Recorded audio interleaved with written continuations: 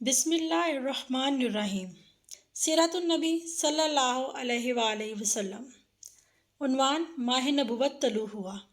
حضرت ابن عباس رضی اللہ عنہ کہتے ہیں کہ حضور نبی اکرم صلی اللہ علیہ وآلہ وسلم اس دنیا میں تشریف لائے تو آپ کی انوال نال کٹی ہوئی تھی۔ عبد المطلب یہ دیکھ کر بے حد حیران ہوئے اور خوش بھی۔ وہ کہا کرتے تھے، میرا بیٹا نرالی شان کا ہوگا۔ آپ کی پیدائش سے پہلے مکہ کے لوگ خشک سالی اور قحط کا شکار تھے، لیکن جو ہی آپ کے دنیا میں تشریف لانے کا وقت قریب آیا، بارشیں شروع ہو گئیں، خشک سالی دور ہو گئی، درخت ہرے بھرے ہو گئے اور پھلوں سے لد گئے، زمین پر سبزہ ہی سبزہ نظر آنے لگا۔ پیدائش کے وقت آپ اپنے ہاتھوں پر جھکے ہوئے تھے، سر آسمان کی طرف تھا، اور ایک روایت کے الفاظ یہ ہیں کہ گھٹنوں کے بل جھکے ہوئے تھے، مطلب یہ کہ سجدے کی سی حالت میں تھے۔ آپ کی مٹھی بند تھی اور شہادت کی انگلی اٹھی ہوئی تھی، جیسا کہ ہم نماز میں اٹھاتے ہیں۔ حضور انور صلی اللہ علیہ وسلم فرماتے ہیں، جب میری والدہ نے مجھے جنم دیا تو ان سے ایک نور نکلا، اس نور سے شام کے محلات جگمگا اٹھے۔ آپ صلی اللہ علیہ وسلم کی والدہ سیدہ آمنہ فرماتی ہیں، محمد صلی اللہ علیہ وسلم کی پیدائش کے وقت ظاہر ہونے والے نور کی روشنی میں مجھے بصرہ میں چلنے والے اونٹوں کی گردنیں تک نظر آئیں۔ علامہ سحری رحمۃ اللہ نے لکھا ہے کہ جب آپ پیدا ہوئے تو آپ نے اللہ کی تعریف کی۔ ایک روایت میں یہ الفاظ آئے ہیں، اللہ تعالیٰ سب سے بڑا ہے، اللہ تعالیٰ کی بے حد تعریف ہے، اور میں صبح و شام اللہ کی پاکی بیان کرتا ہوں۔ آپ کی ولادت کس دن ہوئی؟ اس بات پر سب کا اتفاق ہے کہ وہ پیر کا دن تھا۔ آپ صبح فجر طلوع ہونے کے وقت دنیا میں تشریف لائے۔ تاریخ پیدائش کے سلسلے میں بہت سے قول ہیں۔ ایک روایت کے مطابق 12 ربیع الاول کو پیدا ہوئے، ایک روایت 8 ربیع الاول کی ہے، ایک روایت 2 ربیع الاول کو پیدا ہوئے۔ اس سلسلے میں اور بھی بہت سی روایات ہیں۔ زیادہ تر مورخین کا خیال ہے کہ آپ 8 ربیع الاول کو پیدا ہوئے۔ تقویم کے طریقے کے حساب سے جب تاریخ نکالی گئی تو 9 ربیع الاول نکلی۔ مطلب یہ کہ اس بارے میں بالکل صحیح بات کسی کو معلوم نہیں۔ اس پر سب کا اتفاق ہے کہ مہینہ ربیع الاول کا تھا اور دن پیر کا۔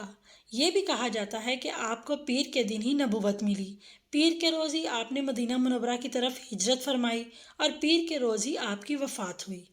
آپ عام الفیل میں پیدا ہوئے، یعنی ہاتھیوں والے سال میں۔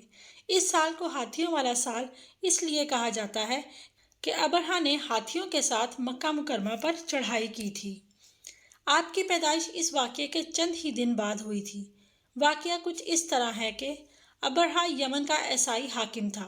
حج کے دنوں میں اس نے دیکھا کہ لوگ بیت اللہ کا حج کرنے جاتے ہیں۔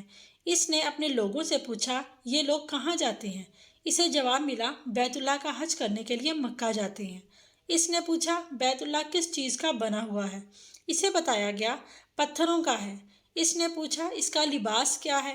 بتایا گیا، ہمارے ہاں سے جو دھاری دار کپڑا جاتا ہے، اس سے اس کی پوشاک تیار ہوتی ہے۔ ابرہہ عیسائی تھا۔ ساری بات سن کر اس نے کہا، مسیح کی قسم، میں تم لوگوں کے لیے اس سے اچھا گھر تعمیر کر دوں گا۔ اس طرح اس نے سرخ، سفید، زرد اور سیاہ پتھروں سے ایک گھر بنوایا، سونے اور چاندی سے اس کو سجایا، اس میں کئی دروازے رکھوائے، اس میں سونے کے پتھر جڑوائے، اس کے درمیان میں جواہر لگوائے، اس مکان میں ایک بڑا سا یاقوت لگوایا، پردے لگوائے، وہاں خوشبوئیں سلگانے کا انتظام کیا۔ اس کی دیواروں پر اس قدر مشک ملا جاتا تھا کہ وہ سیاہ رنگ کی ہو گئیں، یہاں تک کہ جواہر بھی نظر نہیں آتے تھے۔ پھر لوگوں سے کہا، اب تمہیں بیت اللہ کا حج کرنے کے لیے مکہ جانے کی ضرورت نہیں رہی، میں نے یہی تمہارے لیے بیت اللہ بنوا دیا ہے، لہٰذا اب تم اس کا طواف کرو۔ اس طرح کچھ قبائل کئی سال تک اس کا حج کرتے رہے، اس میں اعتکاف کرتے رہے، حج والے مناسک بھی ادا کرتے رہے۔ عرب کے ایک شخص نفیل خمشی سے یہ بات برداشت نہ ہو سکی۔ وہ اس مصنوعی خانہ کعبہ کے خلاف دل ہی دل میں کڑتا رہا۔ آخر اس نے دل میں ٹھان لی کہ وہ ابرہہ کی اس عمارت کو گندہ کر کے چھوڑے گا۔ پھر ایک رات اس نے چوری چپکے بہت سی گندگی اس میں ڈال دی۔ ابرہہ کو معلوم ہوا تو سخت غضبناک ہوا اور کہنے لگا، یہ کارروائی کسی عرب نے اپنے کعبہ کے لیے کی ہے، میں اسے ڈھا دوں گا، اس کا ایک ایک پتھر توڑ دوں گا۔ اس نے شام و حبشہ کو یہ تفصیلات لکھ دیں۔ اس سے درخواست کی کہ وہ اپنا ہاتھی بھیج دے۔ اس ہاتھی کا نام محمود تھا۔ یہ اس قدر بڑا تھا کہ اتنا بڑا ہاتھی روئے زمین پر دیکھنے میں نہیں آیا تھا۔ جب ہاتھی اس کے پاس پہنچ گیا تو وہ اپنی فوج لے کر نکلا اور مکہ کا رخ کیا۔ یہ لشکر جب مکہ کے قریب و جوار میں پہنچا تو ابرہہ نے فوج کو حکم دیا کہ ان لوگوں کے جانور لوٹ لیے جائیں۔ اس کے حکم پر فوجیوں نے جانور پکڑ لیے۔ ان میں عبد المطلب کے اونٹ بھی تھے۔ نفیل بھی اس لشکر میں ابرہہ کے ساتھ موجود تھا اور یہ عبد المطلب کا دوست تھا۔ عبد المطلب اس سے ملے، اونٹوں کے سلسلے میں بات کی۔ نفیل نے ابرہہ سے کہا، قریش کا سردار عبد المطلب ملنا چاہتا ہے۔ یہ شخص تمام عرب کا سردار ہے، شرف اور بزرگی اسے حاصل ہے، لوگوں میں اس کا بہت بڑا اثر ہے، لوگوں کو اچھے اچھے گھوڑے دیتا ہے اور انہیں عطیات دیتا ہے، کھانا کھلاتا ہے۔ یہ گویا عبد المطلب کا تعارف تھا۔ ابرہہ نے انہیں ملاقات کے لیے بلا لیا۔ ابرہہ نے اس سے پوچھا، بتائیے آپ کیا چاہتے ہیں؟ انہوں نے جواب دیا، میں چاہتا ہوں کہ میرے اونٹ مجھے واپس مل جائیں۔ ان کی بات سن کر ابرہہ بہت حیران ہوا۔